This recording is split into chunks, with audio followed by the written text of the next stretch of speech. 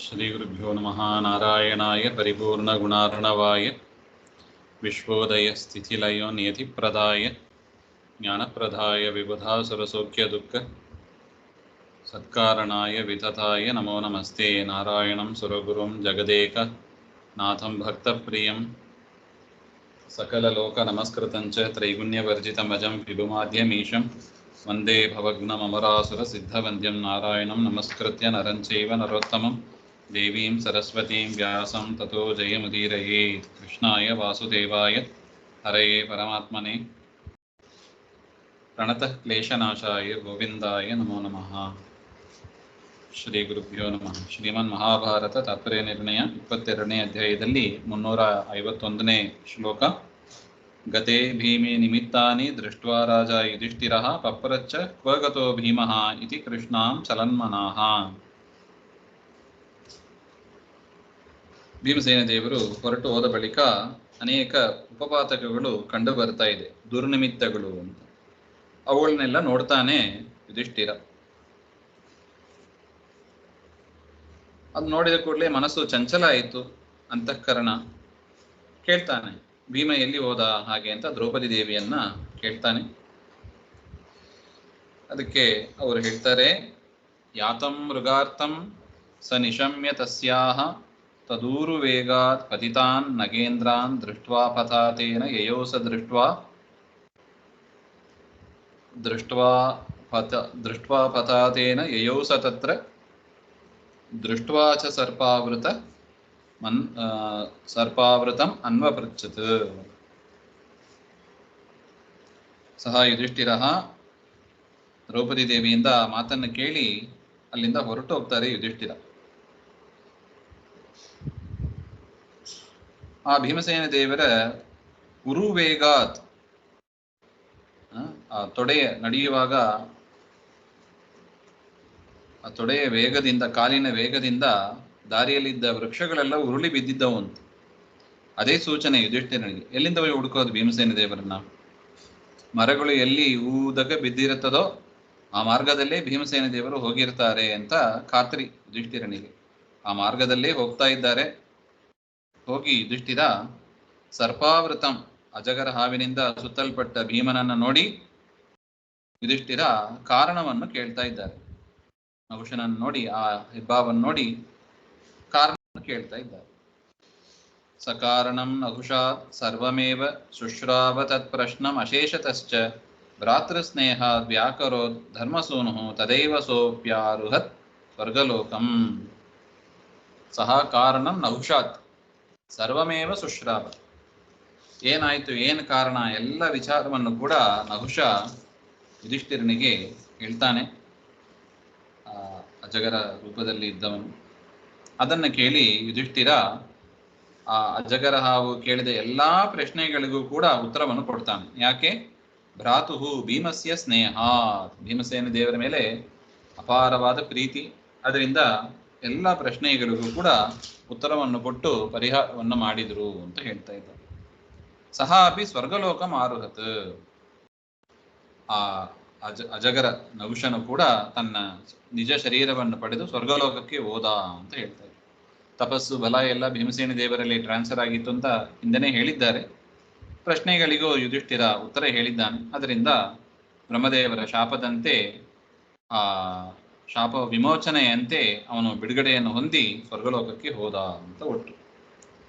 ದಿವ್ಯಾಂಬರೇ ಕುಂಡಲಿನಿ ಸ್ವಪೂರ್ವೇ ಗತೆ ವಿಮಾನೇನ ಸ ಧರ್ಮರಾಜಃ ಭೀಮಾಶ್ಚಾಯ ಸ್ವಾಶ್ರಮಾಯೈವ ಸರ್ವಂ ಯುಧಿಷ್ಠಿರಃ ಕಥಯಾಮಾಸ ತತ್ರ. ದಿವ್ಯವಾದ ವಸ್ತ್ರ, ಕುಂಡಲ ಇವುಗಳನ್ನೆಲ್ಲ ಧರಿಸಿದವನಾಗಿ ನಹುಷ ವಿಮಾನದಿಂದ ಕೂಡಿಕೊಂಡು, ವಿಮಾನದಲ್ಲಿ ಕುಳಿತವನಾಗಿ ಹೋಗ್ತಾ ಇದ್ದಾನೆ ಸ್ವರ್ಗಲೋಕವನ್ನು ಕುರಿತು.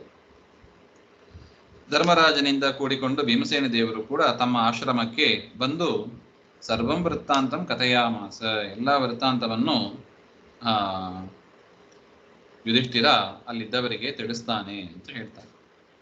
ಶ್ರುತ್ವಾ ಕೃಷ್ಣ ಭ್ರಾತರಶ್ಚಾಸ್ಯ ಸರ್ವೇ ಮುನೀಂದ್ರ ಭೀಮಸೇನೆ ಅತಿಭಕ್ತಾಃ ವ್ರೀಡಾಂ ಯಯೋರ್ ಭೀಮ ಸ್ನೇಹಗ್ರಹೇಣ ತಥಾ ಬ್ರುವನ್ ಸ್ನೇಹತೋ ಭೀಮಸೇನಂ.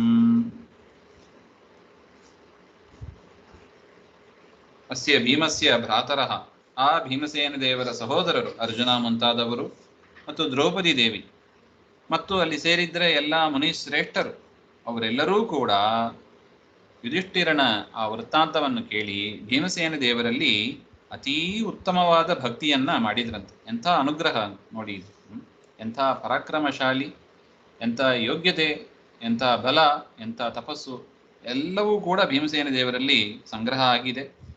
ಅಂಥ ಅದ್ಭುತ ವ್ಯಕ್ತಿತ್ವ ಭೀಮಸೇನ ದೇವರದು ಅಂತ. ಅದರಿಂದ ಅವರೆಲ್ಲರೂ ಕೂಡ ಭೀಮಸೇನ ದೇವರಲ್ಲಿ ಹೆಚ್ಚು ಭಕ್ತಿಯನ್ನು ಮಾಡಿದರು ಅಂತ. ಭೀಮಸೇನ ಗ್ರಹೇಣ ನೌಷಕೃತ ಭೀಮಬಂಧನೇನ ವ್ರೀಡಾಂ ಲಜ್ಜಾಂ ಯಯುಃ. ನೌಷ ಮಾಡಿದ ಆ ಭೀಮಸೇನ ದೇವರ ಬಂಧನದಿಂದ ಅವರೆಲ್ಲರೂ ಕೂಡ ನಾಚಿಕೆ ಆಯಿತು ಅಂತ ಅವರಿಗೆಲ್ಲ. ಭೀಮಸೇನೆ ಅತಿ ಬಹುಮಾನವತಾಂ, ಭೀಮಸೇನ ದೇವರಲ್ಲಿ ಹೆಚ್ಚು ಗೌರವವನ್ನು ಮಾಡಿದರು. ಭೀಮನ ಬಲೆಯಲ್ಲಿ, ಆ ನೌಷನ ಬಲೆಯಲ್ಲಿ. ಅದರಿಂದ ನೌಷಕೃತ ಬಂಧನ ಅದು ಲಜ್ಜಾಕರವಾದದ್ದು, ನಾಚಿಕೆ ಪಡಬೇಕಾದ್ದು ಹಾಗೆ ಅಂತ ಭಾವಿಸಿದರು ಅವರೆಲ್ಲ.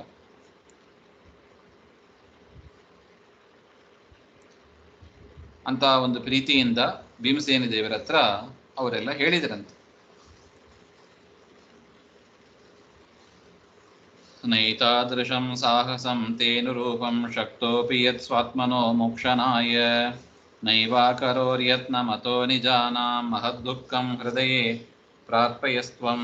ಏನು ಹೇಳಿದರು ಅಲ್ಲಿ ಸೇರಿದವರೆಲ್ಲ ಹಾಗೆಂದರೆ, ಏತಾದೃಶಂ ಸಾಹಸಂ, ಭೀಮಸೇನ ಇಂಥ ಒಂದು ಸಾಹಸ ಅಂದರೆ ಶಕ್ತಿ ಇದ್ರೂ ಕೂಡ ಮೋಕ್ಷ ಮಾಡಿಕೊಳ್ಳದೇ ಇರುವ ಒಂದು ಕೆಲಸ ಇದಲ್ಲ, ಇಂಥ ಕೆಲಸವನ್ನ ಮಾಡಬೇಡ.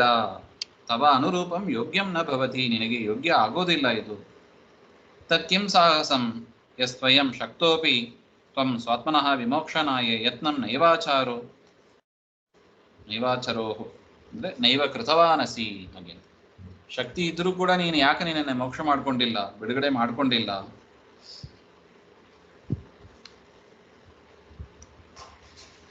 ಈ ರೀತಿಯಾದ ಕೆಲಸಗಳಿಂದ ನಿಜಾನಾಂ ಹೃದಯೇ, ನಮ್ಮಂತ ಪ್ರೀತಿಯನ್ನು ಇಟ್ಟಿರುವ ನಮ್ಮ ಮನಸ್ಸಿನಲ್ಲಿ ಮಹದ್ದುಃಖಂ ಪ್ರಾರ್ಪಯ ದತ್ತವಾನಸಿ, ಮಹದ್ದುಃಖವನ್ನು ಕೊಟ್ಟವನಾಗಿದ್ದಿ ನೀನು ಹಾಗೆ ಅಂತ. ನ ಕೇವಲಂ ಲಜ್ಜೆ ಮಾತ್ರ ಇಲ್ಲ, ಮಹಾ ದುಃಖವನ್ನ ನೀನು ಕೊಟ್ಟಿದ್ಯಾ ಹಾಗೆ ಅಂತ ಅವರೆಲ್ಲ ತಮ್ಮ ಒಂದು ಅನಿಸಿಕೆಯನ್ನ ವ್ಯಕ್ತಪಡಿಸಿದ್ದಾರೆ.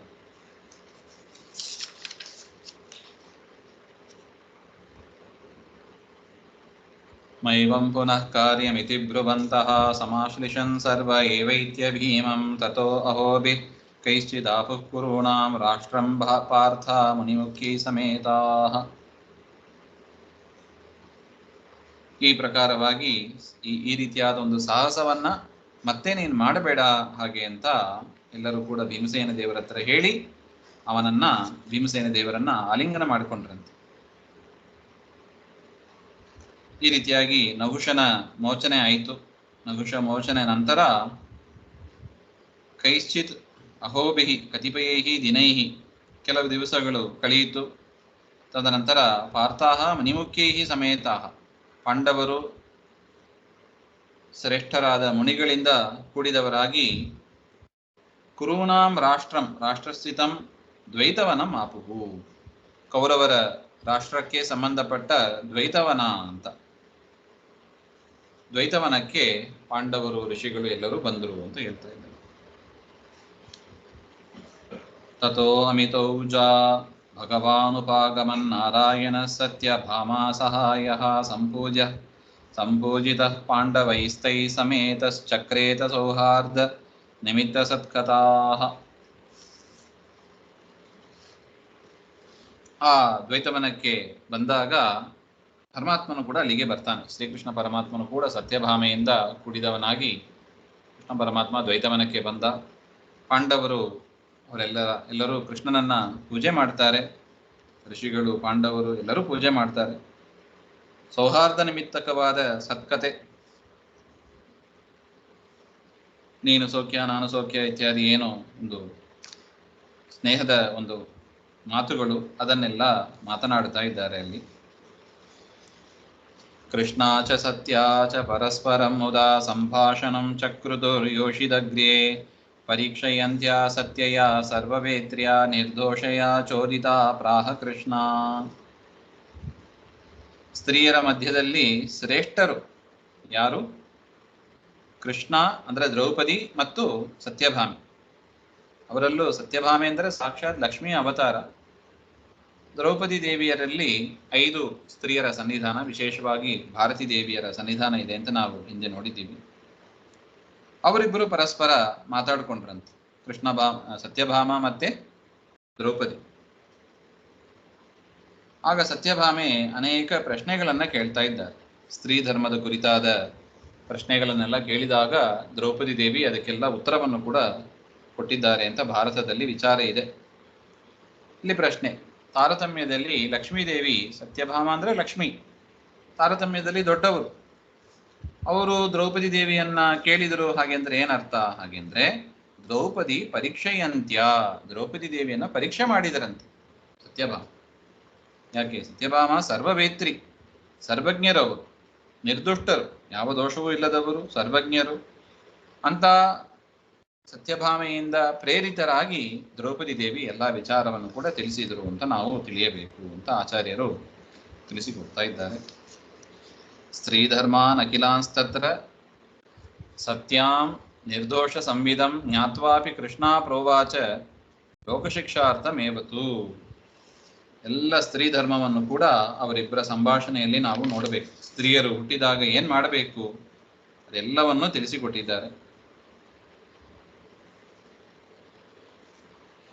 ಯದ್ಯಪಿ ಸತ್ಯಭಾಮೆಗೆ ಗೊತ್ತಿದೆ ಎಲ್ಲವೂ, ಆದರೂ ಕೂಡ ಲೋಕ ಶಿಕ್ಷಣಾರ್ಥಂ, ಲೋಕದ ಒಂದು ಶಿಕ್ಷಣೆ ಆಗಬೇಕು, ಸ್ತ್ರೀ ಜನರಿಗೆಲ್ಲ ಶಿಕ್ಷಣೆ ಆಗಬೇಕು ಹಾಗೆ ಎಂಬುದಕ್ಕಾಗಿ ಸ್ತ್ರೀನಾಂ ಧರ್ಮಾನ್ ಪ್ರೋವಾಚ, ಸ್ತ್ರೀಯರ ಧರ್ಮವನ್ನೆಲ್ಲ ಆ ಪ್ರಶ್ನೋತ್ತರ ಮೂಲದಲ್ಲಿ ನಾವು ತಿಳಿಯಬಹುದು ಅಂತ. ಇನ್ನು ಮುಂದಿನ ವಿಚಾರ ಮತ್ತೆ ಸೇರಿದಾಗ ನೋಡಿ. ಶ್ರೀಮಧ್ವಾಂತರ್ಗತ ಶ್ರೀಕೃಷ್ಣಾರ್ಪಣಮಸ್ತು. ಶ್ರೀ ಹರೇ